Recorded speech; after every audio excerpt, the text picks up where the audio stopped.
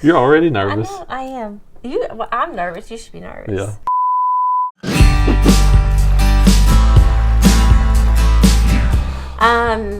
So last episode we kind of talked about, from 2011 to 16-ish, Last couple, yeah. Yeah. Kids growing, traveling, all that kind of fun stuff. Yeah. I should say I did tell Ott that I was not what? You didn't say welcome back. Welcome back. And I promised I wasn't going to get re-mad. That's all I'm saying. It's not going well. You want Pinky promise that? Sure. I think all of our episodes have probably come across that we are happy, perfect, never mad, just everything's smooth sailing. Right. But it wasn't always that way. Yeah. Not at all. Yeah. Yeah. No, we've had a lot of goods, and I think the bads have been very minor. Very minor and spread out. Yeah. Yeah, I mean, it's like, a little here, a little there. It's never really piled up. Yeah. And nothing ever No. I'm still sitting here. He's still sitting here. So obviously. Nothing that bad. Nothing that bad. Yeah. This one is titled Bumps in the Road. It is. And I think we both found a verse that we liked. The verse that I have is Romans 8:5. It says, "For they that are after the flesh do mind the things of the flesh. They that are after the Spirit, the things of the Spirit." Yeah, so that was one Jennie picked out. And mine is 1 Corinthians 10, verse 13. It says, "No temptation has overtaken you." And on the temptation, it says the Greek for temptation and tempted can also mean testing and tested. But no temptation, tested, any of that has overtaken you except what is common to mankind. So any kind of temptation out there is common to all of mankind. It's not just you that is experiencing this. And God is faithful. He will not let you be tempted beyond what you can bear. But when you are tempted, He will also provide a way out so that you can endure it. So there is always a way out of it. Sometimes it's your spouse. Sometimes it's it may be kids, somebody. It could be friend. it's somebody in church, whatever it may be. There's going to be a way. There's going to be somebody, hopefully, in your life that will help to be a good influence in that. So, so that's where this one is. And two, some of the stuff that's going on. Some of it happened in 2015, maybe 2016, maybe 13. Maybe 13. I mean, it kind of. It was never like this, just one thing. It's throwing the hay on the camel's back, and you just keep putting them straws on there, and eventually one of them breaks. Yeah. The better fishing career got, the more asks there were of, hey, can you come to this for 2 days? We've got this event. Yeah, a lot more sponsor events, and most of those events that there's no reason for wife, kids, anybody to go with you. I mean, it's especially not young kids. Yeah. I mean, that's it was Jennie and the twins were 2, 3, 4, 5.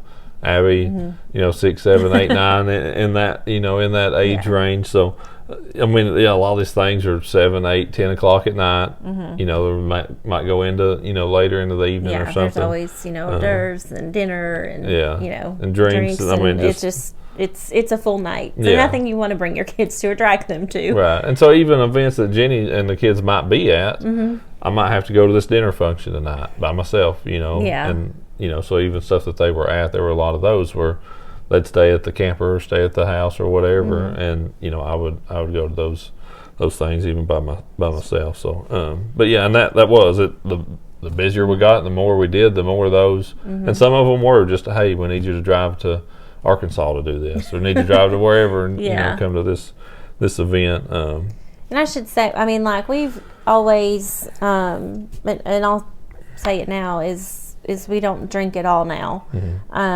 But early on, and maybe I should. How do you stay but hydrated? It's water.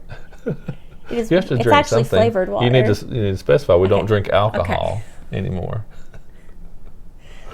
Enneagram 1 right there.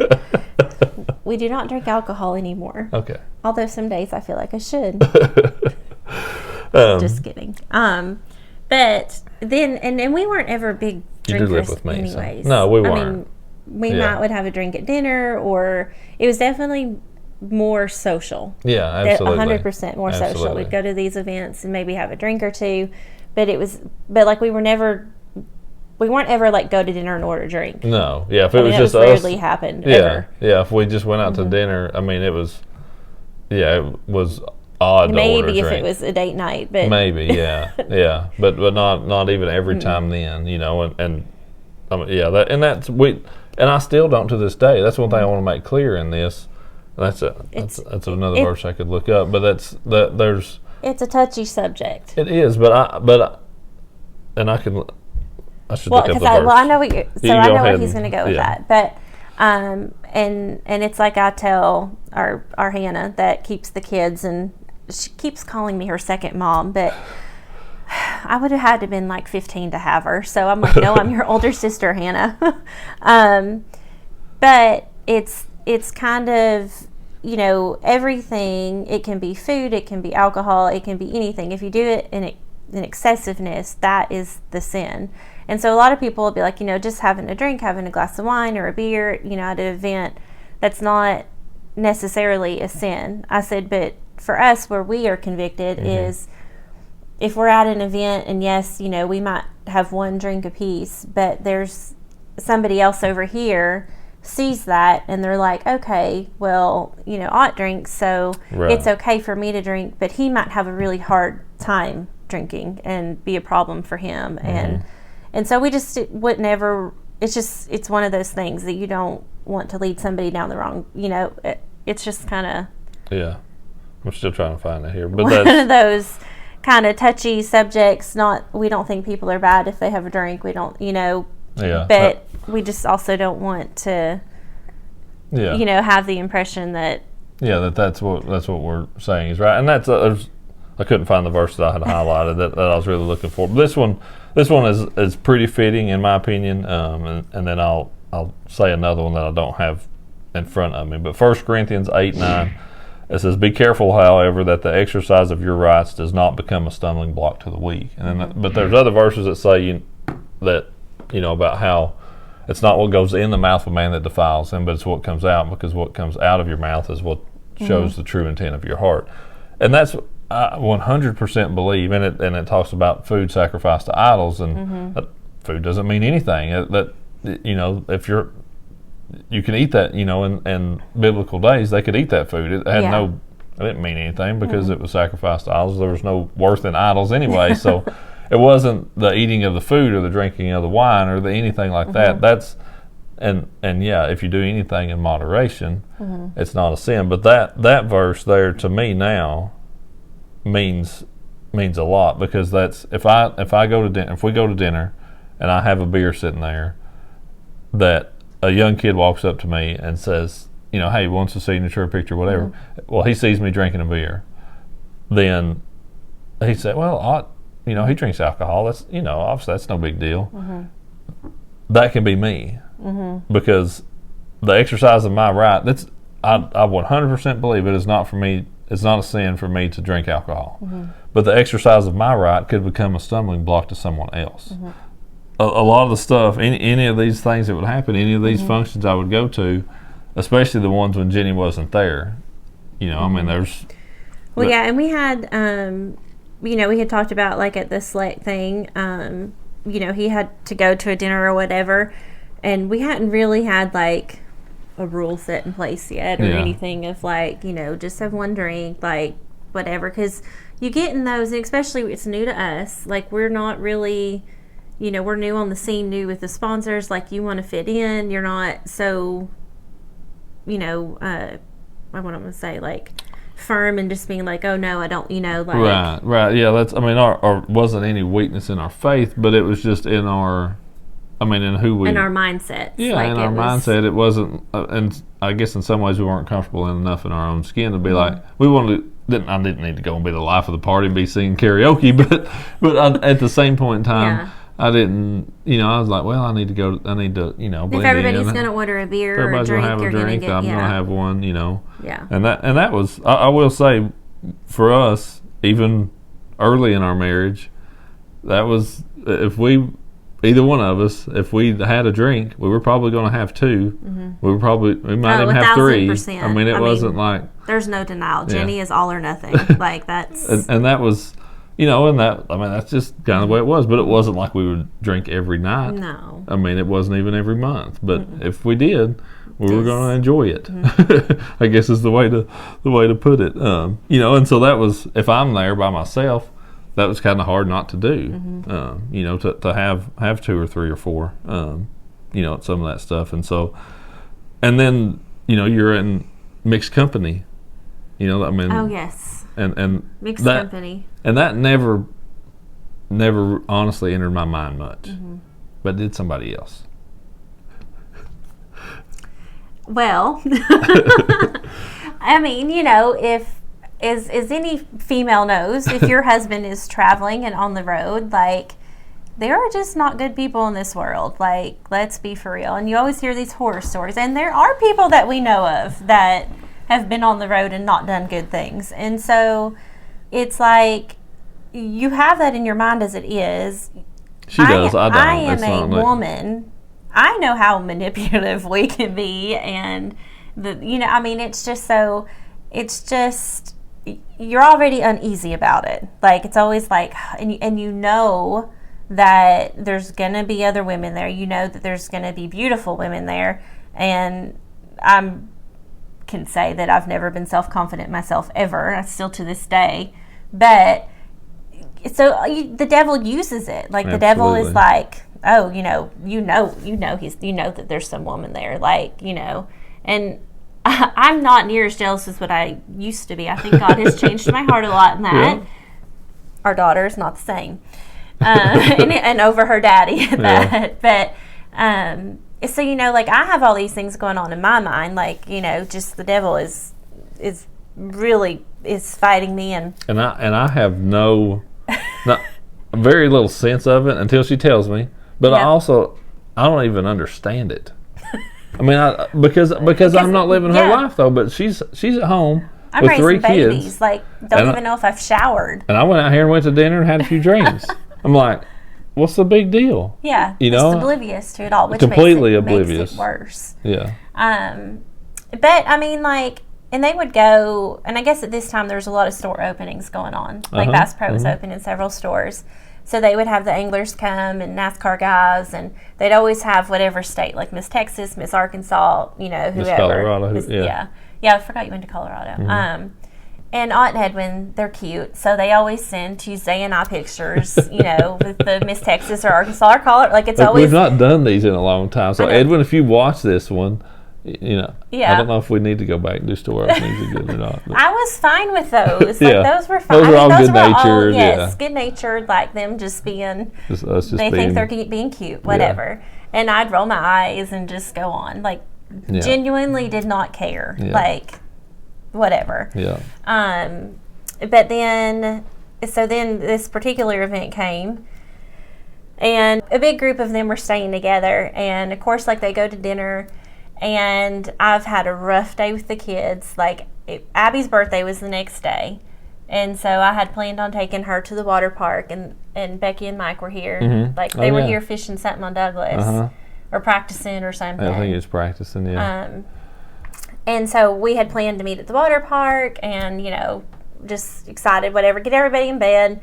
And we were ditching the twins. And it's just going to take Abby. And Vegas was going to be there. So, yep. So I finally, like, climb into bed, and it's like 11:30 at night, and I do something to check my email, and it's like, you have Twitter notification or something, and I can't remember exactly how it was, but I'm like, no, it was a Twitter notification, and it was like, the Budweiser girls shared your photo.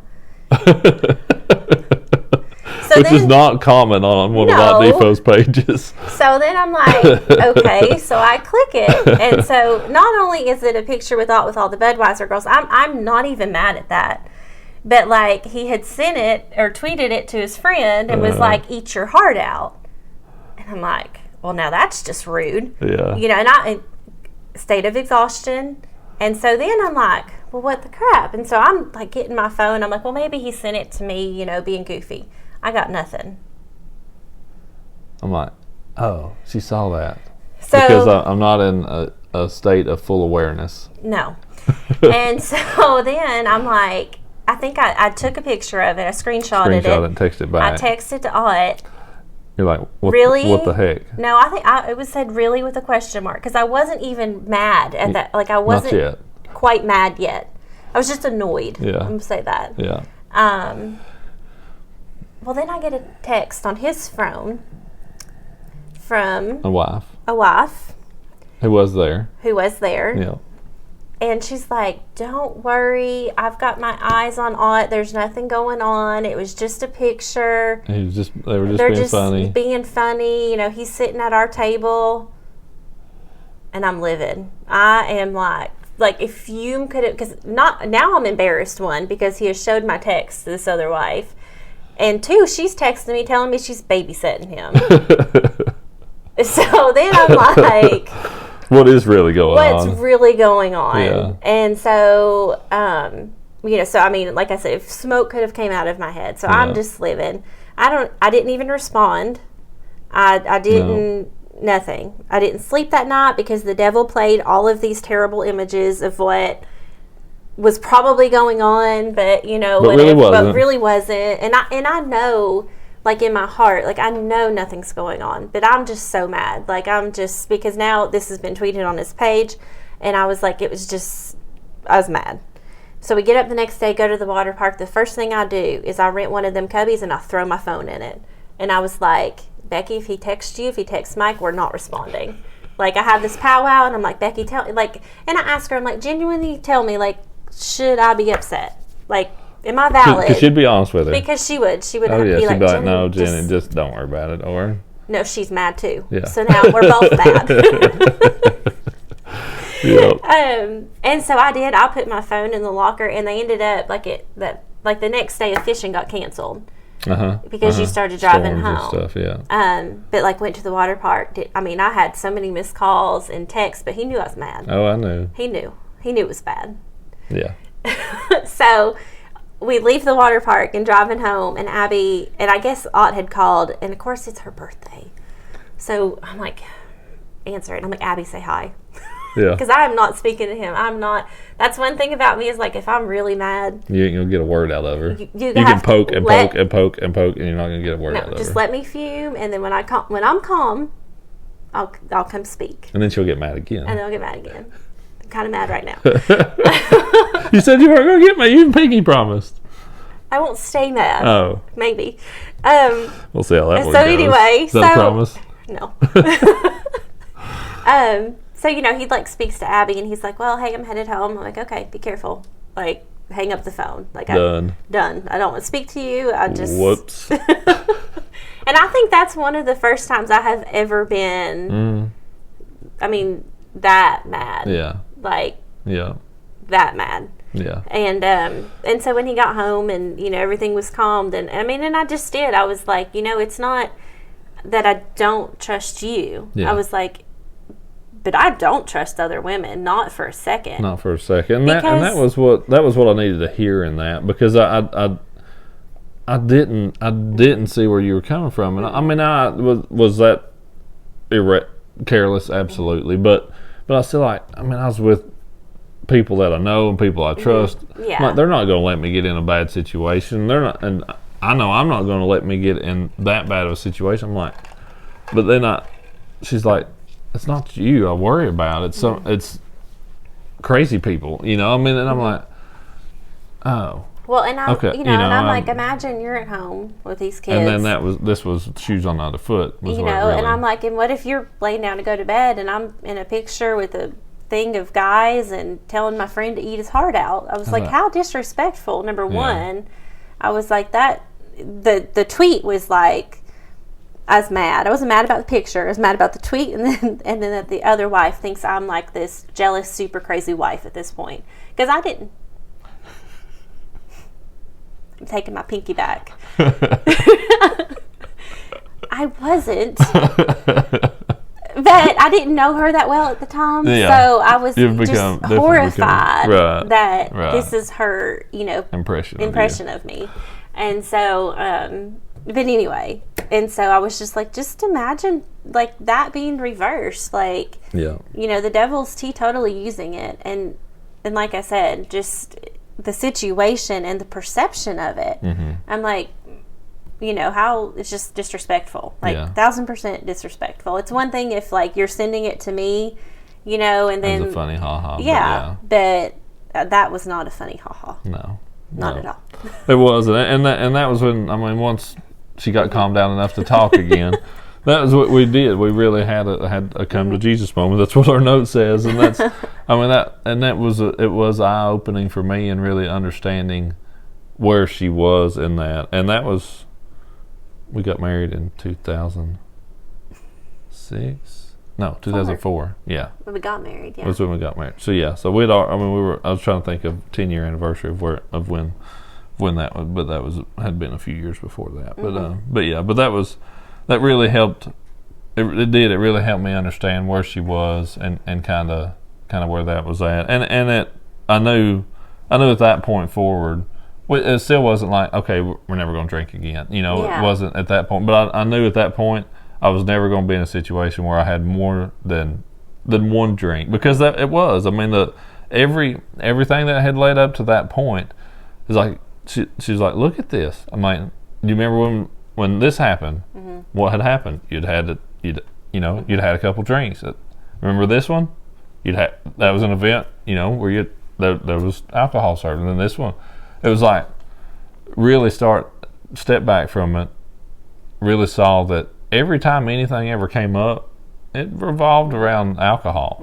No question about it. And from that point forward, it was like, okay, the only time, you know, that if we're going to drink it all, we're going to be together, you know. And that was kind of where it got left at from that. Yeah, that way there was never any question or, you know, just... whatever, like, and there wasn't any expectation of like, well, you have one, you know, you're gonna have another one, or it was just, listen, if we're not together, let's just not do it. Like, at least if we're together, we can have each other's backs or something, you know, like that was just kind of our mindset of, you know, and for me, I knew that I'd trust that he wouldn't, like, that it wasn't going to be a thing. No, so because it was, I mean, I completely saw her point in it and her reason. I mean, a very good reason to be as upset as she was, and I didn't want to do that. You know, didn't want to do that to you again. So that was, it was easy at that point to be like, no, this needs to be cut out. It's not healthy. It's not helpful. Yeah. It's not building each other up. So, and that was kind of, I don't even remember exactly what year it was. We could look back and find out, but it was somewhere in that, you know, in those last few years of. It was in the newness of sponsor obligations and going to those events. I mean, before that, we had never been to them. No. So it was all new things going on. New territory. So I'm gonna share 1 Corinthians 10:13 again if you want to read your Romans 8:5. But 1 Corinthians 10:13. No temptation has overtaken you except what is common to mankind, and God is faithful. He will not let you be tempted beyond what you can bear. But when you are tempted, He will also provide a way out so that you can endure it. Okay. And Romans 8:5 is, for they that are after the flesh do mind the things of the flesh, but they that are after the Spirit, the things of the Spirit. And that was where we need to be more of, was the things of the Spirit and not so much of the flesh. Yeah, for sure. But thank you very much for watching. Again, this was... I'm not that mad. You know what? No. I'll take it. Surprisingly.